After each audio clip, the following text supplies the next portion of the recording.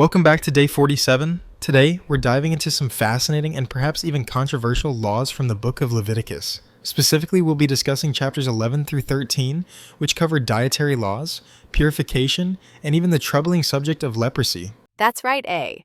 We're talking about a lot of very specific guidelines on what's clean and unclean. Some of these can seem pretty intense when you read them, especially today.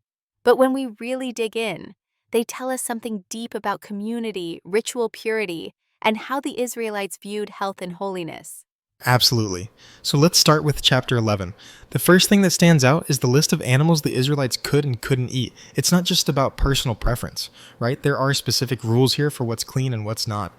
Yeah, it's fascinating.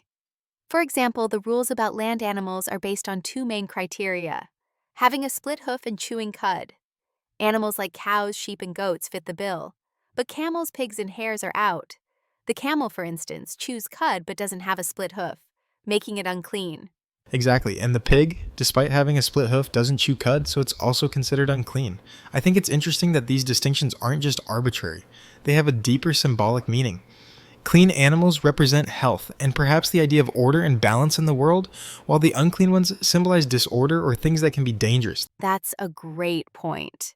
There's definitely an emphasis on maintaining purity and, honestly, on keeping things safe and manageable.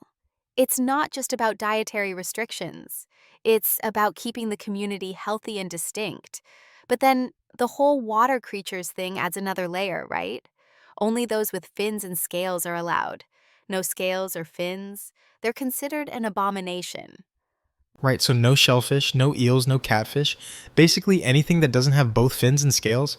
It's like these creatures lived in the boundary zone between clean and unclean. I wonder, do you think these laws were primarily for health reasons, like avoiding certain parasites? Or do you think they had a deeper spiritual meaning? I think it's both. If we look at some of the animals that are prohibited, like shellfish, we know they can sometimes carry diseases or be unsafe to eat without proper preparation. So, there could be a practical health element. But I also believe there's a spiritual dimension at play. These animals were seen as unclean because they didn't fit the natural order established by God. Absolutely. Now, moving to the birds, this is where it gets really interesting. We have eagles, vultures, and owls. To name a few, all labeled unclean. This includes scavengers, which were often associated with death and decay. It's almost as though they're symbolic of something else, maybe impurity or chaos. Right. And that seems to be a recurring theme. Animals that are associated with death, destruction, or scavenging are viewed as unclean, and the next section, about winged insects, adds an even more specific rule. Only locusts, crickets, and grasshoppers are allowed, and all the others are forbidden. Why these particular insects, though? That's a good question. Some scholars believe that locusts and their kin were seen as clean because they could be easily distinguished from the others, and they also provided a reliable food source in the desert.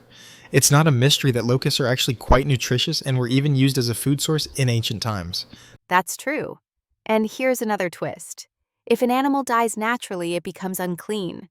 That could lead to a lot of complications, right? Imagine trying to manage an entire community where you can't just dispose of an animal the way we do today. It's a whole process of purification. Yeah, and it really underscores how much of ancient life was tied to purity and holiness.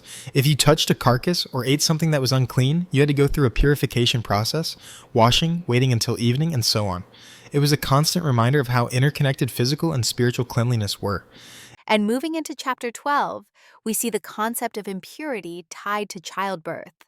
If a woman bears a male child, she's unclean for 7 days. If it's a female child, it's twice that time, 14 days. I think it's important to note that this wasn't a judgment on women. It was part of a broader system of ritual cleanliness that involved both men and women. Exactly. It's a bit of a surprise, though, to modern readers who might find this a bit old-fashioned. But for the ancient Israelites, this wasn't about stigmatizing women, it was about ensuring a balance in the community. After the time of purification, women would make a sacrifice, a lamb, or, if they couldn't afford it, 2 turtle doves or pigeons. It was a form of atonement. The sacrifice part is key because it symbolizes a return to the community and a restoration of purity. It also points to the larger idea that all things, even birth, require some form of purification and that nothing is purely clean in and of itself. It all needs to be sanctified. And speaking of purification, we can't skip over chapter 13, where leprosy and skin diseases are discussed. This is a big one, especially for those who study the ancient laws. If a person had a skin condition that was thought to be leprosy, they had to go through an examination by the priest, and depending on the progression of the disease, they could either be pronounced clean or unclean.